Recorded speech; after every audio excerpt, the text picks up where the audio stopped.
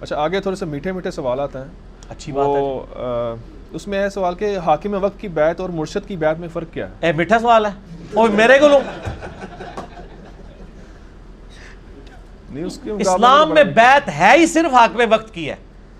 سورہ نساء نمبر 59 یا ایھا الذین آمنوا اطیعوا اللہ واطیعوا الرسول واولی الامر منکم، اطاعت کرو اللہ کی، اس کے رسول کی، ایمان والو، اور جو تم میں حکمران ہے. فإن تنازعتم فی شیء فردوه الی اللہ والرسول، اگر حکمران سے بھی جھگڑا ہو تو اللہ اور اس کے رسول یعنی کتاب و سنت سے فیصلہ کرواؤ. اگر تم اللہ اور یوم آخرت پر ایمان رکھتے ہو اسی کا انجام بہتر ہونے والا ہے. سورہ نساء آیت نمبر 59. تو حکمران کی بیعت ہی واجب ہے. وہ جو صحیح مسلم میں حدیث ہے جو امام کی بیعت کے بغیر مرا وہ جاہلیت کی موت مرا، اس سے مراد حکمران وقت کی ہے جب حکمران بیعت لے رہا ہو. اسی کی آج کل ایک ماڈرن فارم ووٹنگ والا سسٹم ہے. اس لیے میں کہتا ہوں سر جب ووٹ کے بعد ایک پرائم منسٹر الیکٹ ہو جائے نا تو اگر آپ نے ووٹ دوسری پارٹی کو بھی ڈالا ہوا تھا نا، امام اب آپ کا وہ پرائم منسٹر ہی ہوگا. یہ آپ کو ایکسیپٹ کرنا پڑے گا. ظاہر اب وہ چنا گیا تو پہلے تک ٹھیک ہے آپ اوپینین ڈیفرنٹ رکھ سکتے، ونس ڈیسائیڈ ہو جائے پھر ایک ہی بندے کو آپ نے ماننا ہے. تو حکمران وقت کی بیعت تھی، خلیفہ راشد کی بیعت ہوا کرتی تھی. یہ پیر فقیری کی بیعت تو میرا یوٹیوب پہ کلپ لاکھوں لوگوں نے دیکھا ہے. اس کا عنوان ہے بیعت خلافت اور بیعت طریقت میں فرق. اس کا ایسے عنوان میں رکھا ہے پیری مریدی کی شرعی حیثیت. آپ پیری مریدی لکھیں نا صرف لفظ، سب سے اوپر وہ کلپ کھل جائے گا. اس میں نے بتایا بخاری مسلم میں جتنی احادیث آئی ہیں نا بیعت کی، وہ حاکم وقت کی بیعت ہے، پیری مریدی بیعت نہیں ہے. ورنہ جب حضرت ابوبکر کی بیعت ہوئی تھی تو حضرت علی نے اپنا لادہ سے کوئی خانقاہ کھولی ہوئی تھی. یہاں تو ایک پیر مرتا ہے اس کے 4 بیٹے لادہ لادہ خانقاہیں کھول لیتے ہیں، تو سارے ایک کو ہی مان رہے تھے. اسی طرح تھا نا. تو یہ پیری مریدی کی بیعت بیسیکلی خلافت کو ریپلیس کرنے کے لیے بعد میں ایک اجتہادن کی ہوئی ہے. ہمیں اس سے کوئی چڑ نہیں ہے. اجتہادن ڈاکٹر اسرار صاحب بھی بیعت لیتے تھے اگر آپ لینا چاہتے ہیں، لیکن یہ بیعت میں اطاعت واجب نہیں ہوگی. یہاں تو بیعت کروا کے پتہ نہیں کہاں سے کہاں تک وہ دین سے دور کر دیتے ہیں. اس پہ میں اپنی کوئی بات نہیں کرتا. پیر نصیر الدین نصیر صاحب کی ایک کتاب ہے پیری مریدی کی شرعی حیثیت. جو پیروں کی عزت افزائی اس کے اندر انہوں نے کی ہے نا، انہوں نے ایک جملہ میں بتاتا ہوں، انہوں نے کہا آج کے دور میں جس نے اپنا ایمان خراب کرنا ہے نا وہ مرید ہو جائے، اور جس نے اپنا ایمان بچانا ہے تو پیروں سے اپنے آپ کو بچا کے رکھے، خود پیر ہو کے. ٹھیک ہے، میں نے خود ان کو دیکھا ہے. میری ملاقات بھی گھر میں ان کے ساتھ ایک دفعہ سیٹنگ بھی ہوئی، 2007 یا 8 کی بات ہے. تو ان کے پاس میں نے دیکھا ایک وہ بوڑھی سی عورت آئی، وہ پیسے لے کے نا ہاتھ میں پکڑا لیں یوں اٹھا کے پڑے پھینکے، کہنی بی بی اللہ کو لو مانگ، پیر کے کر سکتا ہے. یہاں بھی جیل میں تقریر کر کے گئے نا، ایک بار ہی بلایا، دوبارہ انہوں نے بلایا ہی نہیں ہے. محفل نعت میں ان دنوں بارشیں نہیں تھی ہو رہی، تقریر ان کی رکھی ہوئی تھی، کم از کم 25-30 ہزار مجمع تھا، پورا اسٹیڈیم کرکٹ کا بھرا ہوا تھا. اس کے بعد یہ تارا جمیل صاحب کا جلسہ اتنا بڑا ہوا ہے جو وہ ہوا تھا. مریدوں نے بلایا، انہوں نے کہا تسی کہندے ہو پیر دیندے نے تے سارے پیر لیاؤ نا بارش کرو، نہیں دیندا جے لے لو، اودی مرضی جدوں دے گا. اسی لیے تو کہتے آخری وقت جو جی وہ وہابی ہو گیا سی، جی یہ ہو گیا سی، وہ ہو گیا سی. اگر وہ وہابی ہو گیا سی تو پھر تہاڈی بزرگی چ کمی ہے کہ تہاڈی اولاد بھی ہو کے تہاڈے سلسلے چ بھی ہو کے وہ گمراہ ہو گیا. پیر تو اسی لیے کیا جاتا ہے نا تاکہ آپ گمراہ نہ ہو. اگر پیر ہی خود گمراہ ہو جائے، مریدوں کو چھوڑ دیں. اگر پیر گمراہ ہو رہا ہے تو بڑے بزرگوں کی بزرگی سٹیک پہ لگ گئی ہے جن کی وجہ سے وہ بیٹھا ہوا ہے. اچھا پھر میں آپ کو ایک واقعہ بتاتا ہوں. یہ شیخ عبد القادر جیلانی رحمہ اللہ تعالیٰ کے بارے میں ایک واقعہ جی. وہ ایک دفعہ ایک جنگل میں عبادت کر رہے تھے تو آسمان سے آواز آئی، ایک روشنی ظاہر ہوئی، عبد القادر تجھے اللہ نے بخش دیا، اب کے بعد کوئی نمازیں نہیں، جو مرضی کر. تو انہوں نے پڑھا لا حول ولا قوت الا باللہ. تو وہ شیطان تھا، چیخ مار کے غائب ہو گیا. شیخ عبد القادر جیلانی نے کہا کہ نمازیں تو نبی کو معاف نہیں تھیں، میری کیا حیثیت ہے. تو جاتے جاتے اس نے کہا کہ شیخ عبد القادر جیلانی تیرے اس مقام پہ پہنچے ہوئے 70 اولیاء اللہ میں نے بہکا دیے ہیں اسی بات کے اوپر، تو اپنے علم کی وجہ سے بچ گیا. تو انہوں نے کہا یہ تو نے دوسرا وار کیا ہے، میں اللہ کے فضل کی وجہ سے بچاؤں. یہ اللہ اکبر. اس واقعے کی میں انجینئرنگ کرنے لگا ہوں کہ سر وہ جو 70 غوث تھے جن کو شیطان نے اوندھا منہ کر کے دوزخ میں پہنچایا ہے، ان کے لاکھوں مرید کدھر گئے؟ 71 ہی ایک ہی بچیا جے، 70 تو شیطان لے گیا جے. تے سانو کے پتا تسی جڑے پیر ساڈے بنا رہے ہو انہاں نال کی ہونا ہے اگر غوثاں نال ہویا ہے. تو پھر ہم کہتے ہیں اس کو اپنا پیر مانے جس کی گارنٹی قرآن میں ہے، ما ضل صاحبکم وما غوا، تمہارے نبی نہ کبھی بہک کے ہے نہ کبھی بے راہ چلے. اور یہ اعلیٰ حضرت نے خود لکھا ہے، اعلیٰ حضرت کی ایک کتاب ہے بیت و خلافت. اتنے چند چڑھے ہے جڑا دیکھ رہے ہو جناب، چڑھ گیا چند. اچھا، بیت و خلافت کتاب ہے اعلیٰ حضرت کی، وہ میں نے اس میں حوالہ دیا ہے. اس میں انہوں نے لکھا ہے کہ یہ جو بایزید بستامی کا قول ہے نا، جس کا کوئی پیر نہیں، اس کا پیر شیطان ہے، یہ محض باطل ہے. تحقیق ہر سنی مسلمان کا پیر محمد رسول اللہ صلی اللہ علیہ وآلہ وسلم. ٹھیک ہوگا جی. تو یہ اعلیٰ حضرت خود کہہ رہے ہیں کہ بایزید بستامی نے جو بات کی ہے یہ باطل ہے. جب ہم کرتے ہیں تو کہتے ہیں بزرگوں کی گستاخ ہے. تو ہم بزرگوں کی گستاخیاں بزرگوں کے اقوال کی روشنی میں ہی کر رہے ہوتے ہیں. میں اعلیٰ حضرت کے ساتھ ہوں کہ یہ باطل ہے اور یہ جھوٹ ہے. جو کلمہ پڑھ لے. پھر قرآن میں تو بیعت آئی ہے اللہ کی، سورہ توبہ میں آیا اللہ تعالیٰ نے مومنین کی جانیں اور مال جنت کے بدلے میں خرید لی ہیں، اس بیعت پر خوشیاں مناؤ. سر جب میری بیعت ہوئی ہوئی ہے اللہ سے اور اس کے رسول سے صلی اللہ علیہ وآلہ وسلم، تو میں چھوٹے موٹے پیر کیوں پڑھا جنہوں نے منوں روٹی دے کے تو پالنا پہ جائے. میں پھر وہ اکثر بات کرتا ہوں نا کہ لوگوں نے گاڑیوں کے پیچھے لگایا ہوتا ہے نگاہ مرشد، حالانکہ وہ نگاہ مرشد نہیں ہوتی، وہ ھذا من فضل ربی ہوتا ہے. اور جن پیروں کو یہ نذرانے دے رہے ہوتے ہیں ان کا بھی کام ہے کہ وہ اپنی گاڑی کے پیچھے لگوائیں کہ مریدین کے نذرانوں کی برکت سے، اور وہ سچ بھی ہوگا. یہ تو جھوٹ ہے نگاہ مرشد. یہ تو بیچارہ پورا دن ٹیکسی چلا رہا ہے، پیچھے لکھا ہوا ہے بری بری امام بری کر دے کھوٹی قسمت ہری، اور جا کے امام بری کے وہاں پہ مزار کے اوپر جا کے چندہ بھی دے رہا ہے. اس مزار کے اوپر جو سارے معاملات چل رہے ہیں وہ تیرے چندے سے چل رہے ہیں. یہ تو ہونا چاہیے اس مزار پہ لکھا ہو کہ ٹیکسیوں والے اور غرباء کی نگاہ کرم سے. یہ سچائی ہوگی. یا پھر خدا کے لیے آپ لکھو ھذا من فضل ربی. حضرت سلیمان علیہ السلام کے دربار میں جب وہ پلک جھپکنے سے پہلے وہ لے آیا ان کا امتی یا فرشتہ یا جو بھی تھا، جس کو عاصم بن برقیہ کہتے ہیں یہودی، مسلمانوں میں ان کے ہاں نام ہے، قرآن میں نام نہیں آیا. تو انہوں نے اس کی تعریف تو نہیں کی، انہوں نے کہا ھذا من فضل ربی، یہ میرے رب کا فضل ہے. حضرت زکریا علیہ السلام مرشد تھے سیدہ مریم کے. سورہ ال عمران میں آتا ہے بے موسمی پھل وہاں پڑے ہوئے ہیں. حضرت زکریا کہتے ہیں تیرے پاس مریم یہ فروٹ کہاں سے آتا ہے؟ وہ مریم اگر آج کی ہوتی نا تو کہتے حضور نگاہ مرشد ہے، تہاڈی دعاواں دی برکت ہے. انہوں نے کہا یہ میرے رب کے پاس سے آتا ہے. اگے حضرت زکریا نے بھی کہا کہ میں تینوں سکھایا سی، تو میری مرید تیری جرت میرے بغیر ڈائریکٹ اللہ تک پہنچ رہی ہے. نہیں. جب انہیں بات سنی چپ کر کے محراب میں چلے گئے اور یہ سوچا کہ جو اللہ مریم کو بے موسمی پھل دے سکتا ہے مجھے اس بڑھاپے میں اولاد بھی دے سکتا ہے، میں بھی بے موسمی ہوں. اور کہا یا اللہ مجھے اولاد دے دے جو اولاد یعقوب کا وارث بنے. یہ خانقاہ ٹیمپل آف سلیمان، یہ جو خانقاہ ہے ہیکل سلیمانی، اس کا مجھے ایک گدی نشین چاہیے. یہ تہاڈے لیے گدی نشین نہیں، نبی جو توحید سکھائے، جو اولاد یعقوب کا وارث ہو بنی اسرائیل کا. اللہ نے ان کو بڑھاپے میں، وہ بڑی پیاری دعا ہے سورہ مریم میں، میرا بال سفید ہو چکے ہیں، سر چمک اٹھا ہے سفیدی سے، میری بیوی بھی بانجھ ہے، میں بوڑھا لاغر ہو چکا ہوں، پھر بھی مجھے اولاد دے دی اللہ نے. ٹھیک ہوگا جی، اللہ کے فیصلے.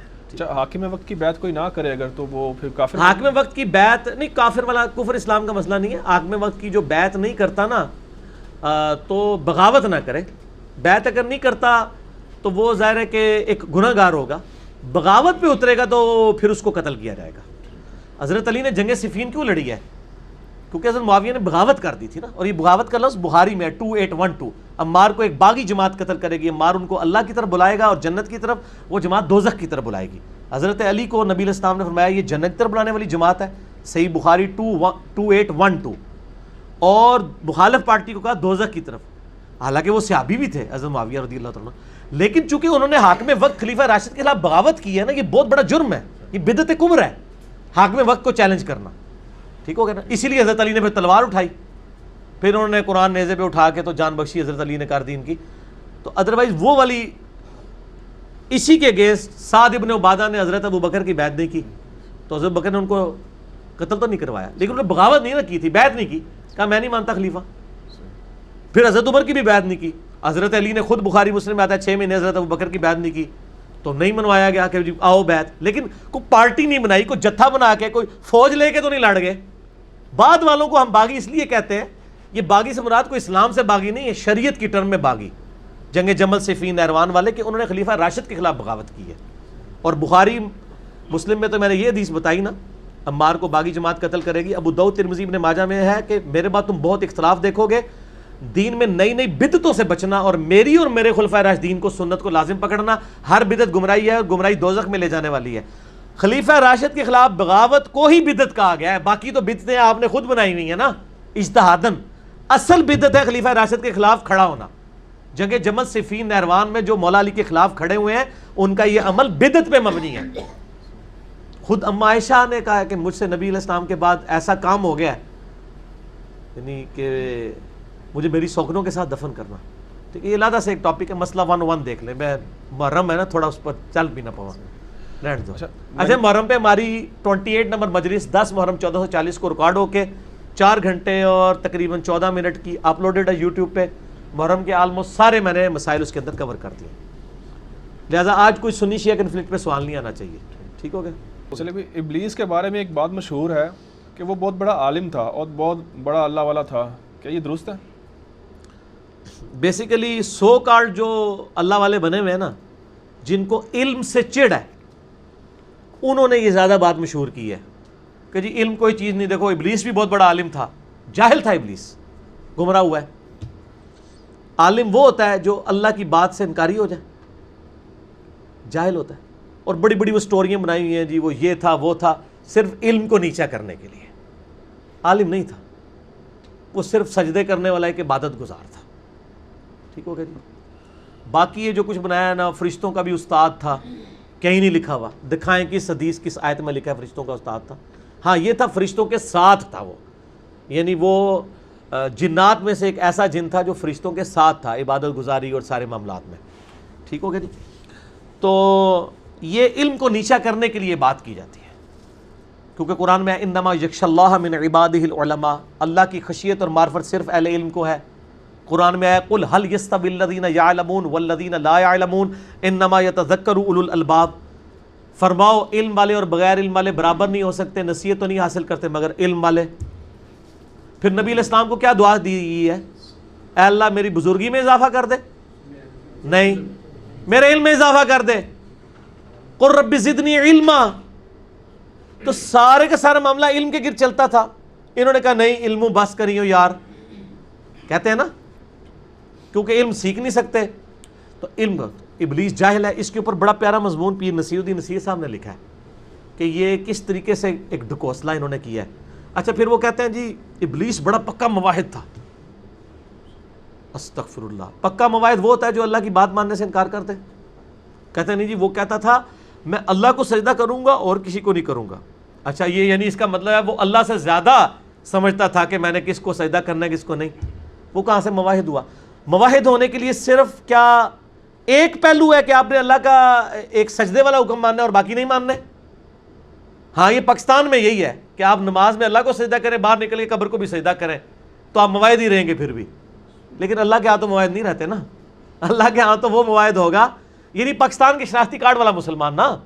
مسلم شریف میں حدیث ہے 246 بندے کے کفر اور اسلام کے درمیان نماز فرق ہے، لیکن پاکستان کے شناختی کارڈ میں آپ مسلمان ہیں نماز چھوڑ کے بھی.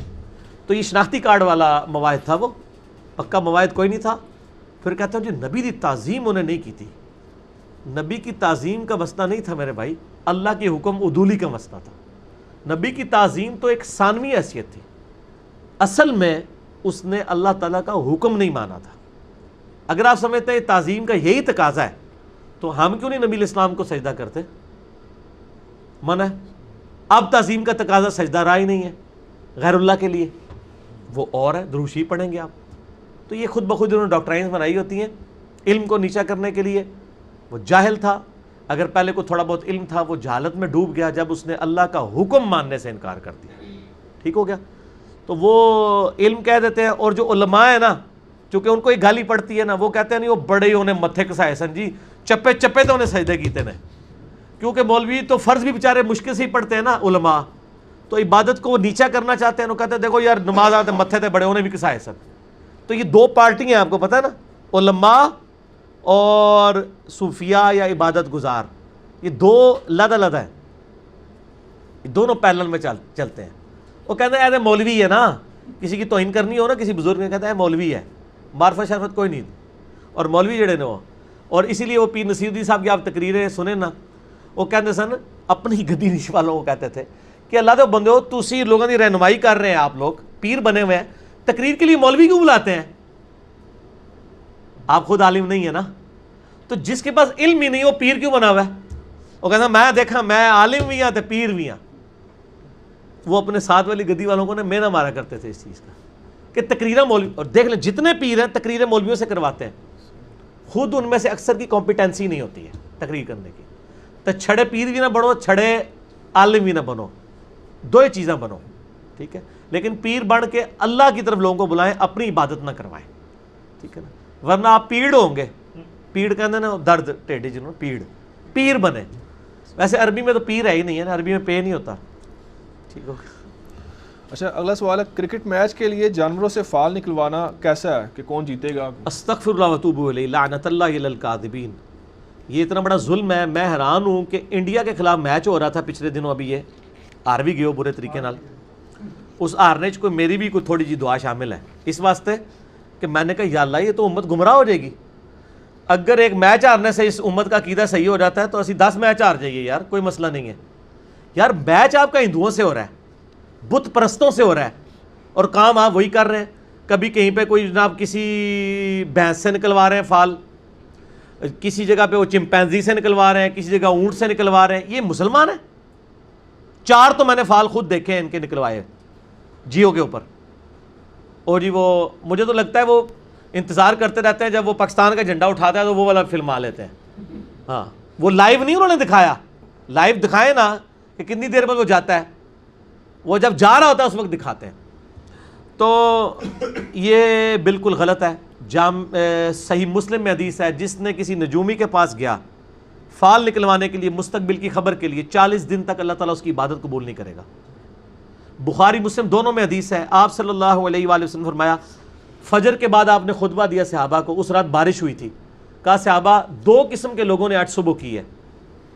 ایک وہ ہیں جنہوں نے اس حال میں صبح کی ہے کہ انہوں نے کہا کہ یہ ستاروں کی وجہ سے بارش ہوئی ہے, انہوں نے اپنے رب کے ساتھ کفر پہ توبہ جو ہے صبح کی ہے. اور ایک وہ ہیں جنہوں نے کہا اللہ نے بارش کی ہے, انہوں نے اپنے رب پر ایمان لاتے ہوئے صبح کی ہے. تو یہ فال کیا نکلوا رہے ہیں؟